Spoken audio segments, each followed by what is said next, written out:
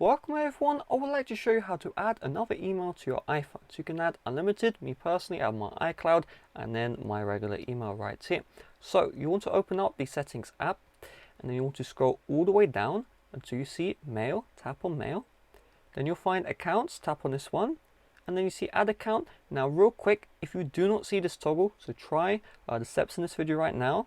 If you don't see the add account toggle, then that means you're running the older iOS software. So instead of going into mail, you go into passwords and accounts, then you tap on add account right here, okay, and then regardless of the iOS firmware, you'll be brought to the exact same page. So if you're having issues, just follow the alternative method as shown in the video. From here, you can add iCloud, Google, Yahoo, whatever, Outlook, and then if you want a custom account, you can tap on other. However, it's kind of complex to set up other, so just use the default accounts here and you'll be good to go. So with that being said, thanks for watching. See you guys later. Bye bye.